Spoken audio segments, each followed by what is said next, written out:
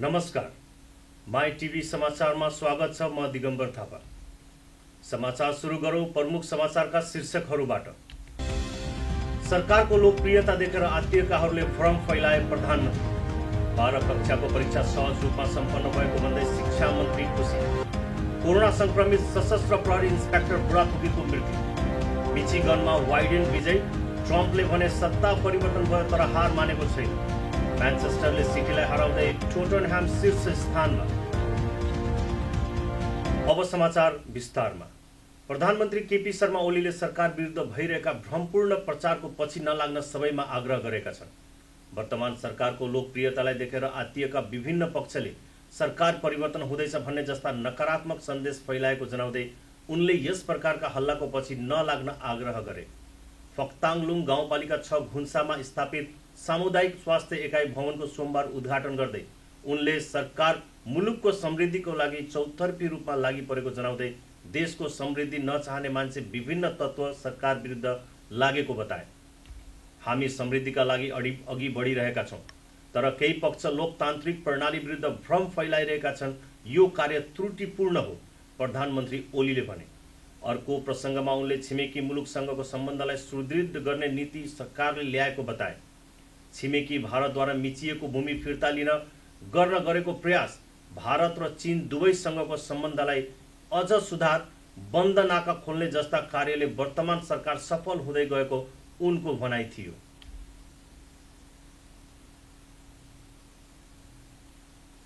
शिक्षा मन्त्री गिरिराज मणि पोखरेलले कक्षा 12 को परीक्षा सहज रूपमा सञ्चालन भएको भन्दै खुसी व्यक्त गरेका छन्। काठमाडौँ उपत्यकाका परीक्षा केन्द्रहरूको मंगलबार बिहान अनुगमन गर्दै मन्त्री पोखरेलले चुस्त व्यवस्थापनका कारण परीक्षा सहज रूपमा भएको बताएका हुन्।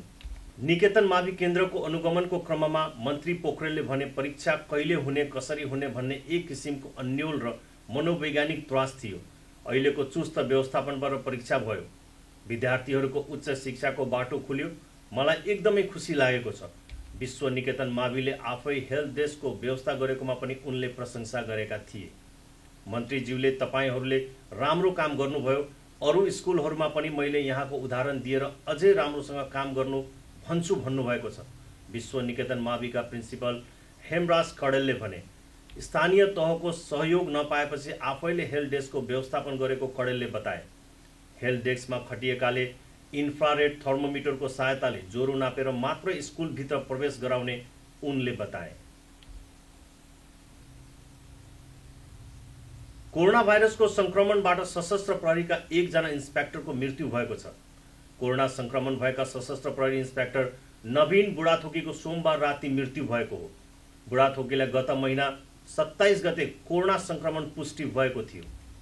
त्यसपछि उनलाई विराट मेडिकल कलेजमा भर्ना गरिएको थियो, तर भेन्टिलेटरमा राखेर उपचार गरेकै अवस्थामा सोमबार राति 11:15 बजे उनको मृत्यु भएको हो। बुढाथोकी 2068 सालबाट सशस्त्र प्रहरीको सेवामा प्रवेश गरेका थिए। तेह्रथुमको म्याग्लुङ गाउँपालिका 1 घर भएका बुढाथोकीको हाल सशस्त्र प्रहरी 3 नम्बर गढ मोरङमा उनको दरबन्दी थियो। बुढाथोकीसँगै सशस्त्र प्रहरीका 3 जना कर्मचारीको कोरोना संक्रमणका कारण मृत्यु भएको छ। महोत्तरीको बर्दिवास 14 शुभम बस्तीमा बेपत्ता भएकी 6 वर्षीय बालिकाको बलात्कार गरेर हत्या भएपछि आरोपीलाई कडा कारबाहीको माग गर्दै स्थानीय आन्दोलित भएका छन्। प्रदर्शनकारीहरूले प्रदर्शन स्थलमा निरन्तर ढुङ्गामुढा गरेपछि प्रहरीले हवाई फायर गरेको छ। भीड नियन्त्रणमा लिन हवाई फायर गरेको भए पनि कति राउन्ड हवाई फायर भएको यकिन नभइसकेको इलाका प्रहरी कार्यालय बर्दिवासका डीएसपी राजन चपागाईले जानकारी दिए। प्रदर्शन स्थलमा भीडलाई नियन्त्रणमा लिन नेपाल प्रहरी र सशस्त्र प्रहरी परिचालन गरिएको छ। डीएसपी चपागाईका अनुसार आइतबार साँझदेखि बस्तीबाटै हराएकी शहीद आलमकी छोरी गुलाब शाह खातुनको शव राति बोरामा राखेर फालिएको अवस्थामा भेटिएको थियो। बलात्कार आरोपितको घरमा प्रदर्शनकारीले आग जाने गरेका छन्।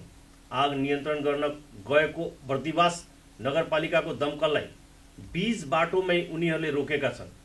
घरमा लगाइएको आगलागी भीषण हुँदै गएको डीएसपी चपागाईले बताए। घरमा भएको सिलिन्डर पड्किएर आगो अनियन्त्रित भएको हो। मोरङको मिक्लाजुङबाट प्रहरीले एउटा 12 बोरको टोटा बन्दुकसहित 1 जनालाई पक्राउ गरेको छ। मोरङ प्रहरीका प्रवक्ता डीएसपी महान बहादुर राईको नेतृत्वमा रहेको प्रहरी टोलीले मिक्लाजुङ गाउँपालिका 1 का 58 वर्षीय अरुण भनिने अमृत बहादुर श्रेष्ठलाई पक्राउ गरेको हो। गस्ती तथा सूचना सङ्कलन गर्न र बन्दुक नियन्त्रणमा लिन 2 दिनदेखि टोली परिचालित थियो। घरमा हतियार लुकाई छिपाइरहेको सूचनाको आधारमा छापा हान्दा सोमबार दिउँसो बन्दुक फेला परेको मोरङ प्रहरी प्रमुख एसपी सन्तोष खड्काले जानकारी दिए। उनका अनुसार घरमा लुकाएर राखिएको अवस्थामा बन्दुक भेटिएपछि श्रेष्ठलाई पनि पक्राउ गरिएको हो। श्रेष्ठको घरबाट बन्दुकसहित 3 वटा खाली खोका, 500 ग्राम बारुद र 2 वटा मोबाइल बरामद भएको खड्काले बताए। बन्दुक सहित पक्राउ परेका खड्का विरुद्ध मंगलबार हात हतियार खर खजाना मुद्दा चलाउन म्याद थप गरेर अनुसन्धान अघि बढाएको प्रहरीले जनाएको छ। थप अनुसन्धानपछि मात्रै उनको पृष्ठभूमि र कुनै सङ्घ सङ्गठनमा आबद्ध रहे नरहेको भन्न सकिने एसपी खड्काको भनाइ छ। राष्ट्रिय प्रजातन्त्र पार्टी राप्रपा काठमाडौँले रत्नपारको नाम परिवर्तन नगर्न माग राख्दै काठमाडौँ महानगरपालिकामा मंगलबार ज्ञापन पत्र बुझाएको छ। रत्नपारको नाम परिवर्तन गरिएको सम्बन्धमा भएको गल्ती सच्याउन माग राख्दै महानगरलाई ज्ञापन पत्र बुझाएको राप्रपा काठमाडौँ जिल्ला अध्यक्ष नवराज सिंहखडाले जानकारी दिए। राष्ट्रिय विविधि संघद शाखा अरू कसैको नाममा बनेर व्यापक प्रचलनमा आइसकेको पार्कलाई नाम फेरेर राखिनुपर्ने पात्र नभएको अध्यक्ष सिंहखडाको नेतृत्वको टोलीले महानगरको कार्यकारी प्रमुख राजेश्वर गेवालीलाई बुझाएको ज्ञापन पत्रमा उल्लेख छ। शङ्खदर शाखाको नाममा नयाँ ठाउँमा भव्य पार्क बनाउनुपर्ने राप्रपाको माग छ। दाङ देउखुरीको गढवा गाउँपालिका वडा नम्बर 1 चिसापानीमा चिरपट प्रहार गर्दा 84 वर्षीय वृद्ध महिलाको मृत्यु भएको छ। गढवा गाउँपालिका 1 का 28 वर्षीय जीवन घरतीले 84 वर्षीय हजुरआमा केशरी घरतीलाई चिरपट प्रहार गरी घाइते भएपछि उनको उपचारका क्रममा लुम्बिनी प्रादेशिक अस्पतालमा बुटवलमा मृत्यु भएको हो। चिरपट प्रहारबाट उनकी 28 वर्षीय श्रीमती बसन्ती घरती, 9 वर्षका छोरा बसन्त, 6 वर्षीय छोरी लक्ष्मी र 30 वर्षका दाजु खिमबहादुर घरती पनि घाइते बनेका छन्। घाइते मध्ये सिंहबहादुरको अवस्था सामान्य रहेकाले उनको स्थानीय स्तरमै उपचार भइरहेको छ। अन्यको थप उपचारका लागि बुटवल लगिएको छ। परिवारका सदस्य सुतिरहेको समयमा जीवनले परिवारका सदस्यहरूलाई टाउको र शरीरका विभिन्न भागमा प्रहार गरेको प्रहरीले जनाएको छ। जनता समाजवादी पार्टी जसपाले बन्द रहेको नेपाल भारतको सीमा खुलाउन सरकारसँग माग गरेको छ। जसपा नेपालका अध्यक्ष उदय महन्त ठाकुर उपेन्द्र यादवले आज एक विज्ञप्ति जारी गरी त्यस्तो माग गरेका हुन्। लामो समयदेखि सीमा नाका बन्द गरिएको कारणले देशको अर्थतन्त्र घरायसी हुनुको साथै सीमा क्षेत्र खास गरी तराई मधेसका जनताको जीवन अत्यन्त कष्टकर हुँदै गएको जसपाको भनाइ छ। यस्तै जनताको कृषि, शिक्षा, स्वास्थ्य, उपचार, रोजगारी, आर्थिक, सामाजिक लगायतका क्षेत्रमा पनि गम्भीर समस्या भएको जसपाले जनाएको छ। जनताको जीवनलाई थप कष्टकर हुन नदिनका लागि सरकारले भारतसँग जोडिएको सीमा नाकालाई तत्काल खुला गरी व्यवस्थित एवं सहज गर्न सो पार्टीले सरकारसँग माग गरेको छ। कोरोना संक्रमणलाई अझ फैलिन नदिन योजनाबद्ध रूपमा प्रभावकारी ढङ्गले चिकित्सक तथा स्वास्थ्य कर्मीहरूको जोखिम भत्ताको उपलब्धता, अस्पताल, स्वास्थ्य उपकरण, जनशक्ति र औषधि आदिलाई उचित एवं आवश्यक व्यवस्था गर्न पनि माग गरेको छ। विगत 9 महिनादेखि सीमा नाका बन्द रहँदै आएको छ। कर्णाली प्रदेश प्रहरी कार्यालयको ब्युरो टोली र इलाका प्रहरी कार्यालय छिन्चु सुर्खेतले 172 थान अवैध सालको काठ सहित 3 जनालाई नियन्त्रणमा लिएको छ। प्रदेश प्रहरीका ब्युरो र इलाका प्रहरी कार्यालय छिन्चुबाट सोमबार खटी गएको विशेष टोलीले भेरीगंगा नगरपालिका 10 सुर्खेतका 41 वर्षीय अल बहादुर पुन मगर, सोही नगरपालिका 4 का 46 वर्षीय उदीराम खत्री र 38 वर्षीय खिमराम खत्रीलाई नियन्त्रणमा लिएको हो। विशेष सूचनाका आधारमा प्रहरीले सुर्खेत ठुलाखालबाट छिन्चुतर्फ भे 1 ह 3341 नम्बरको अटोमा लाँदै गरेको अटो चालक पुन मगरबाट 8/5 क्युब फिटको 23 थान सालको अवैध काठ नियन्त्रणमा लिएको जिल्ला प्रहरी कार्यालय सुर्खेतका प्रहरी निरीक्षक गोपाल रायमाझीले जानकारी दिए। त्यस्तै विशेष सूचनाका आधारमा भेरीगंगा नगरपालिका 4 सुर्खेतका उदीराम खत्रीको घरको करेसाबारीबाट लुकाई छिपाई राखेको अवस्थामा 114.47 क्युब फिटको 136 थान सालको अवैध काठ र सोही वडाका खिमराज खत्रीको घरमा लुकाई छिपाई राखेको अवस्थामा 7.11 क्युब फिटको 13 पिस सालको अवैध काठ बरामद गरिएको प्रहरी निरीक्षक रायमाझीले बताए। उनका अनुसार बरामद गरिएको अवैध काठ र नियन्त्रणमा लिएको 3 जनालाई आवश्यक कारवाहीका लागि सब डिभिजन वन कार्यालय छिन्चु सुर्खेतमा बुझाइएको छ। रौतहटमा छिमेकीको हत्या गरेको आरोपमा 2 जना पक्राउ परेका छन्। पक्राउ पर्नेमा वृन्दावन नगरपालिका 7 धमौराका 19 वर्षीय विकास पासवान र 55 वर्षीय बिन्दा पासवान रहेका छन्। मादक पदार्थ सेवन गरेका विकास समेतले कुटपिट गर्दा स्थानीय 50 वर्षीय अमिरी पासवानका मृत्यु भएको प्रहरीले जनाएका छन्। विकास सहितको समूहले सोमबार साँझ कुटपिट गर्दा अमिरी पासवान गम्भीर घाइते भएका थिए।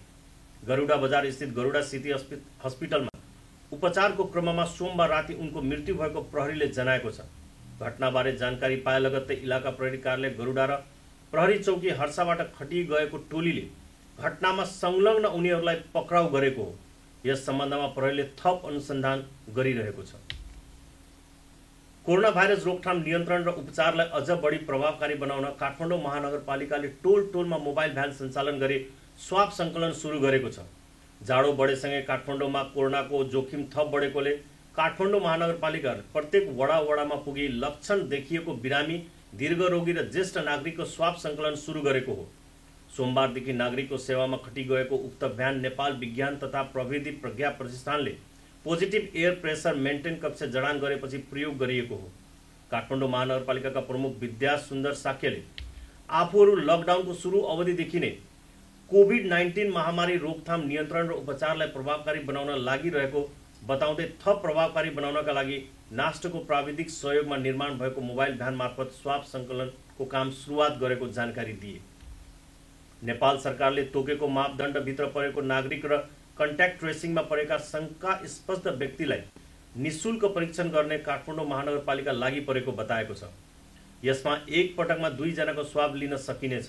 लक्षित वर्गलाई उपचारबाट वञ्चित नगराउने अभियानलाई साथ दिएर सकेसम्म असहाय, विपन्न र ज्येष्ठ नागरिकलाई प्राथमिकता दिन र सक्नेले आफै परीक्षण गर्न पनि काठमाडौँ महानगरपालिकाले अनुरोध गरेको छ।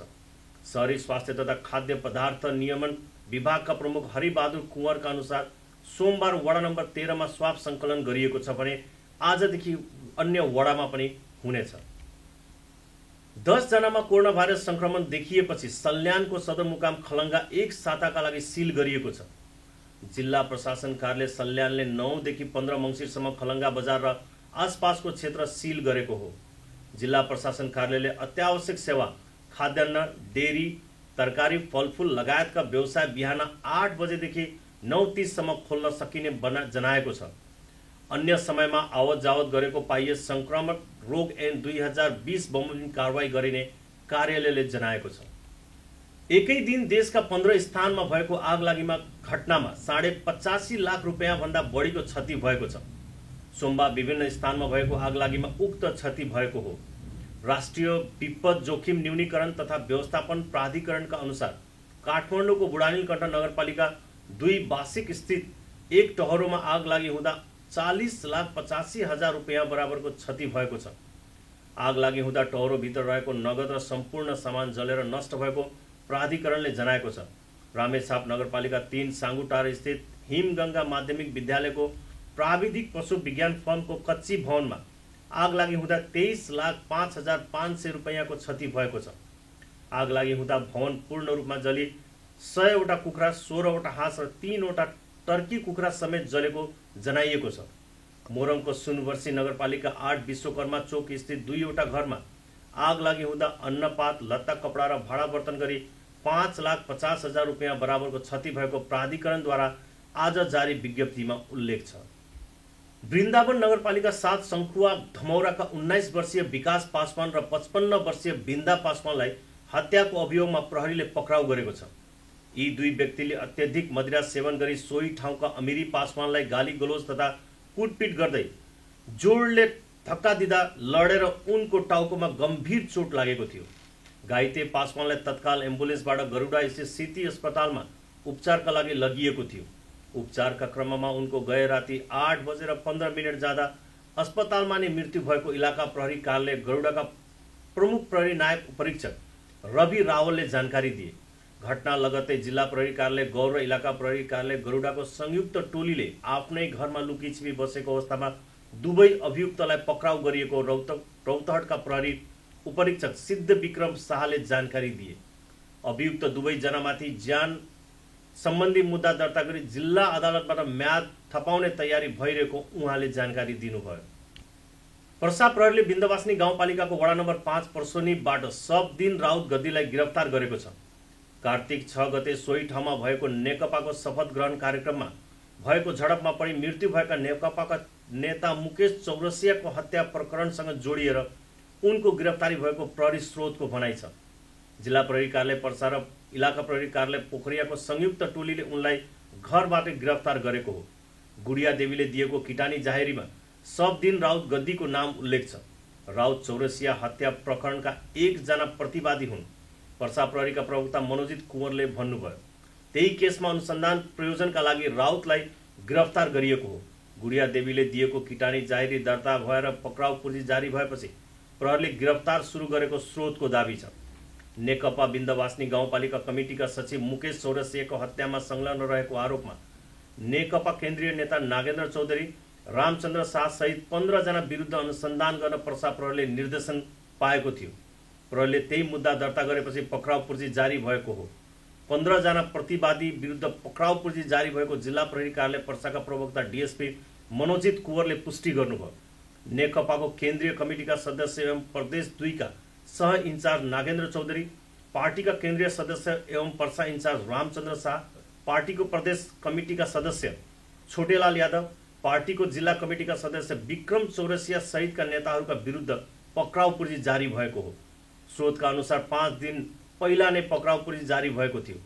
त्यसैगरी बिन्दवासनी गाउँपालिकाका परशुराम यादव, चञ्चल यादव, होदा राउत गद्दी, महादेव चौहान, कल शरीफ राउत गद्दी, सभासद राउत गद्दी, सवादिन राउत गद्दी, रुस्तम राउत गद्दी, मोहन यादव, जितेन्द्र चौरसिया र श्रमण शाह बानिया विरुद्ध पनि पक्राउ पूर्जी जारी भएको छ।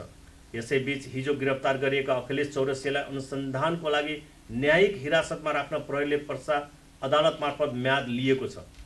अब चौरसिया हत्या प्रकरण न्यायिक फैसलाका लागि अदालती प्रक्रियामा प्रवेशको नजिक पुगेको छ।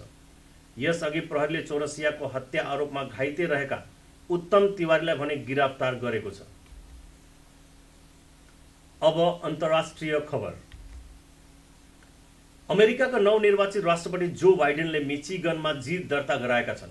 त्यस्तै अमेरिकी राष्ट्रपति डोनाल्ड ट्रम्पले पहिलो पटक आफ्नो सत्ता परिवर्तनको कुरा स्वीकारेका छन्, तर उनले हालसम्म हार भने मानेका छैनन्। मिचिगनमा चुनाव अधिकारीहरूले जो बाइडेन विजयी भएको घोषणा गरेका छन्। बाइडेनले त्यहाँ 1,54,000 मतले जित हासिल गरेका हुन्, जसका कारण राष्ट्रपति ट्रम्पलाई गम्भीर धक्का लागेको छ। उनी अझै पनि चुनावमा धाँधली भएको आरोप लगाइरहेका छन्।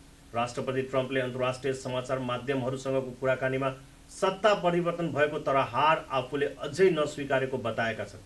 उनले आफूले कानुनी लडाईँ जारी राख्ने पनि बताएका छन्। अब खेल खबर। म्यानचेस्टर सिटीमाथि शानदार जित निकाल्दै टोटनह्याम इङ्ग्लिस प्रिमियर लिग फुटबलको शीर्ष स्थानमा पुगेको छ। लिग अन्तर्गत शनिबार राति घरेलु मैदानमा भएको खेलमा जोसे मोरिहोले टिम टोटनह्यामको पेप गार्डियोलाको म्यानचेस्टर सिटीलाई 2-0 ले पराजित गरेको हो। टोटनह्यामका लागि सन हेङ-मिन र जियोभानी लो सेल्सोले गोल गरेका छन्। सनले 5औं तथा लो सेल्सोले 65औं मिनेटमा गोल गरेका हुन्। जितसँगै शीर्ष स्थानमा पुगेको टोटनह्यामको 9 खेलमा 20 अङ्क भएको छ। समाचारका अन्तमा प्रमुख समाचारका शीर्षकहरू पुनः एकपटक। सरकारको लोकप्रियता देखेर आत्तिएकाहरूले भ्रम फैलाएको प्रधानमन्त्री। 12 कक्षाको परीक्षा सहज रूपमा सम्पन्न भएको भन्दै शिक्षा मन्त्री खुसी। कोरोना संक्रमित सशस्त्र प्रहरी इन्स्पेक्टर बुढाथोकीको मृत्यु। मिचिगनमा बाइडेन विजय। ट्रम्पले भने सत्ता परिवर्तन भयो तर हार मानेको छैन। म्यानचेस्टर सिटीलाई हराउँदै टोटनह्याम शीर्ष स्थानमा। हवस् त अहिलेलाई यति नै। अर्को समाचारका साथमा पुनः उपस्थित हुने नै छौँ। तबसम्मका लागि सम्पूर्ण युनिटका साथ म दिगम्बर थापा बिदा चाहन्छु। हेर्दै गर्नुहोला संचार जगतको सहयात्री माई टेलिभिजन। नमस्कार।